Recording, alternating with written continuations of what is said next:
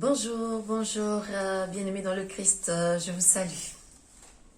Aujourd'hui, je suis vraiment ravie de vous retrouver et aujourd'hui on va parler des parents, la conscientisation des parents. Oui, chers amis, nous ne pouvons donner que ce que nous avons. On ne peut pas imaginer, on ne peut pas donner autre chose. Une personne, que ce soit un parent ou n'importe qui, ne peut donner que ce que lui-même il a. Ce que j'ai pas, si je n'ai pas d'argent, je ne peux pas vous donner ce que je n'ai pas. Si j'ai pas d'argent, je peux pas vous donner. Mais si j'ai un peu d'argent, je peux vous donner. Je peux pas vous donner, vous me demandez une tomate par exemple. Je peux vous donner une tomate que si je les ai, si j'ai la tomate. Mais sinon, si je n'ai pas de tomate, j'ai que les avocats. Et vous cherchez par exemple, vous avez besoin de la tomate. Et moi, que j'ai que les avocats, je ne peux pas vous donner la tomate.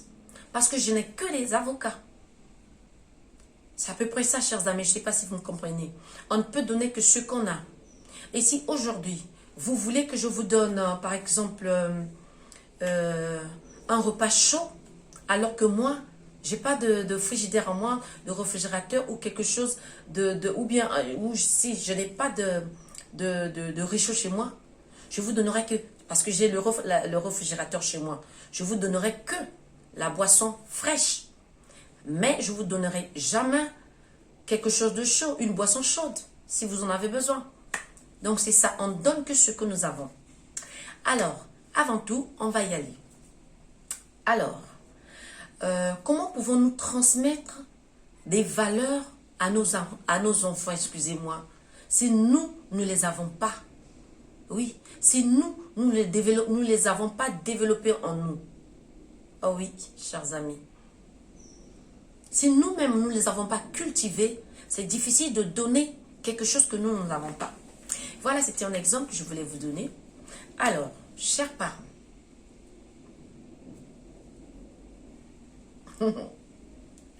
les parents doivent prendre au sérieux leur rôle. Oui, il ne suffit pas seulement de donner naissance aux enfants, les nourrir, les vêtir, les envoyer à l'école, subvenir à leurs besoins. Non, chers amis. Parce qu'on croit les envoyer à l'école, ils vont recevoir une éducation. Et non, chers amis. Ce qu'ils vont recevoir, c'est un savoir. Ils vont être éduqués à l'école, en savoir. Mais c'est que ça complète l'éducation de base que les enfants ont eue chez eux, à la maison, en famille. Si vos enfants n'ont pas eu une bonne éducation, n'ont pas une bonne éducation à la maison, c'est difficile qu'ils aient une bonne éducation à l'école. L'école vient compléter l'éducation pour faciliter les enseignants à l'école, pour faciliter l'élève afin que quand l'élève va, si l'élève a une bonne éducation, ben, s'il tombe sur un bon enseignant, ben, l'enfant évolue facilement. Oui, chers amis. Ah, chers amis. Mais la base doit venir de la famille parce que la famille est le socle de l'éducation. Oui, chers amis.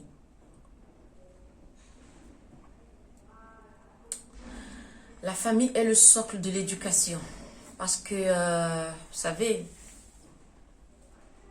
que vous le voulez ou non, les enfants, nous ne pouvons que leur donner les qualités que nous avons.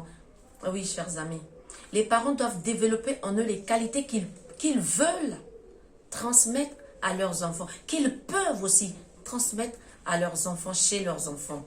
Donc, c'est par la parole et l'exemple qu'ils transmettront ces qualités-là à leurs enfants, à nos enfants.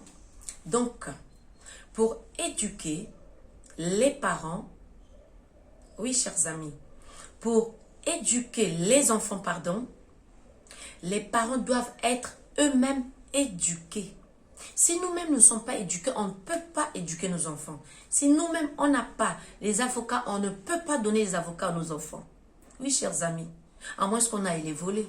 Mais sinon, on donne que ce que nous, on a au fin fond de nous. Oui, chers amis. Les enseignants, eux, par exemple, ils transmettent leur savoir à nos enfants.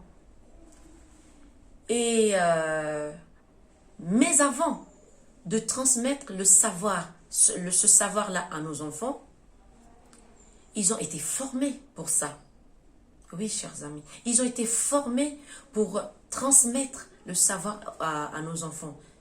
Sinon, celui qui n'a jamais été formé ne peut pas aller se mettre directement devant les élèves et puis se mettre à... Non, chers amis, ce sera l'aventure. Oui, chers amis. Et cette formation aussi est valable pour nous parents. C'est valable. Par exemple, comment voulez-vous qu'un parent qui passe tout son temps à boire, il passe tout son temps dehors, il n'a jamais eu le temps de rester un tout petit peu avec ses enfants, de dialoguer et tout ça. Tout le temps, il est au bistrot, dans les Nganda. Il est là, il boit tout le temps et quand il vient, il a vraiment, sa tête est devenue un peu, en fait, il n'a même pas, il n'ose même pas éduquer. Il n'ose même pas donner un exemple. Chers amis, il ne peut pas donner un bon exemple à son enfant. Il n'a pas le temps de parler à ses enfants, de raconter des petites histoires à ses enfants, à sa petite famille. Oui, de donner les conseils. Et surtout avoir un bon dialogue avec ses enfants. Oui, c'est très important. Vous savez, les enfants entre eux se communiquent. Et entre eux, ils se disent certaines choses qui sont dangereuses. Parfois, c'est certaines choses qui n'existent, des choses pas bonnes, des choses dangereuses, des choses pas vraiment bien. Oui, chers amis. Et les plus faibles se laissent aller, ils se laissent influencer. Or, s'il y a un dialogue avec son père, avec sa maman par exemple, avec ses parents, les parents, ils parlent en parlant, en causant comme ça là. Et comment, tiens, ça va Philippe, tu étais allé à l'école? Non, non, non, j'ai pas été à l'école parce que c'est le jour, et mais j'ai été dans la rue avec mon ami un tel. Tu sais, papa, il m'a dit ceci. Ah, qu'est-ce qu'il a parlé? Qu'est-ce qu'il a, il a dit quoi? Il a dit comme ceci. Donc, du coup, toi, parent, tu sais ce qu'on a dit à ton enfant, par exemple, tu rectifies le tir. Ah, tiens, tu sais, là, ça là, c'est pas bien. C'est pas conseillé, mon fils. Ne faut pas faire ça. Ça, c'est pas faux. C'est faux ce qu'il t'a dit. La vraie version, c'est comme ceci. Il faut se comporter comme cela. Ton ami, il connaît pas, il maîtrise pas les choses. Parce que moi, je suis ton papa, par exemple, ou ta maman. Je suis grand et j'ai vécu ça. J'ai du vécu et je peux t'expliquer que ce qui est vrai. Vous voyez, chers amis, les parents rectifient le tir et tout de suite, l'enfant se rend compte que ce n'était pas un bon exemple à suivre. Oui, tout de suite, l'enfant change. Il se dit, oh là là, c'est que ce que Jacques m'a dit, c'est pas bon. Et tout de suite, quand il se rencontre encore avec cet ami, et quand l'ami dit, il se tient à carreau. En fait, il a des réserves parce qu'il sait que son père, il a dialogué avec son père ou sa maman lui a dit comme ceci. Donc, il se dira, ah non, non, non, ce que tu dis là, c'est pas vrai. Non, laisse-moi ce côté-là, non, laisse ça. L'enfant sait, il saura comment se défendre parce qu'il connaît quelque chose. Parce que toi, papa, tu le lui as dit. Tu le lui as expliqué. Excusez-moi. Donc, du coup, l'enfant suit un bon exemple. C'est ça, transmettre quelque chose de bon à nos enfants. Oui, chers amis. Nous avons par exemple aussi un exemple des enfants des familles monoparentales. Par exemple, excusez-moi, les enfants des parents monoparentales sont souvent dispersés. Souvent, c'est maman qui vont au travail du matin à 5 heures. Les enfants dorment encore. Il va bosser dur parce qu'il faut nourrir les enfants, il faut envoyer les enfants à l'école. En fait, c'est une charge et une lourde charge. Elle a beaucoup d'enfants à s'en occuper. Du coup, elle n'a pas le temps de s'occuper de ses propres enfants. Vous voyez? Et c'est souvent, c'est mamans qui gardent des enfants. Et les enfants, comme sont les mamans, La maman n'a pas le temps de faire même ni les devoirs. Hein. Le matin, elle va au boulot, elle revient le soir fatiguée, elle fait à manger aux enfants et elle va se coucher parce qu'elle est crassée, elle est fatiguée. Elle veut juste dormir, retrouver son lit et dormir. Oui, chers amis. Et demain, très tôt le matin, pour se réveiller très tôt le lendemain, pour reprendre son rythme. Chers amis, c'est pas facile, surtout pour les parents monoparentales. C'est pourquoi je jette les fleurs pour certaines mamans qui essaient de maintenir pour l'avenir de leurs enfants. Parce qu'il n'y a pas que manger dans la vie, chers amis. Donc, elle n'a pas eu de dialogue avec ses enfants, cette maman-là.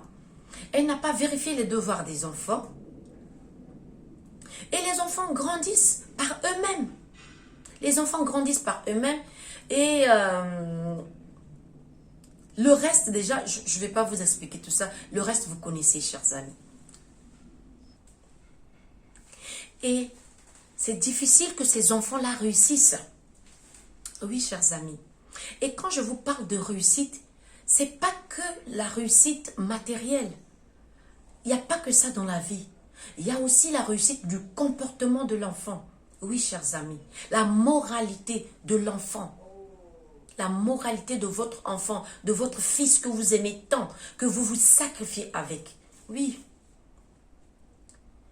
En revanche, chers amis, les familles monoparentales ou les mamans, il y en a des mamans qui se sont surpassées. Oui. Et dans ces familles-là, là où les mamans se sont surpassées,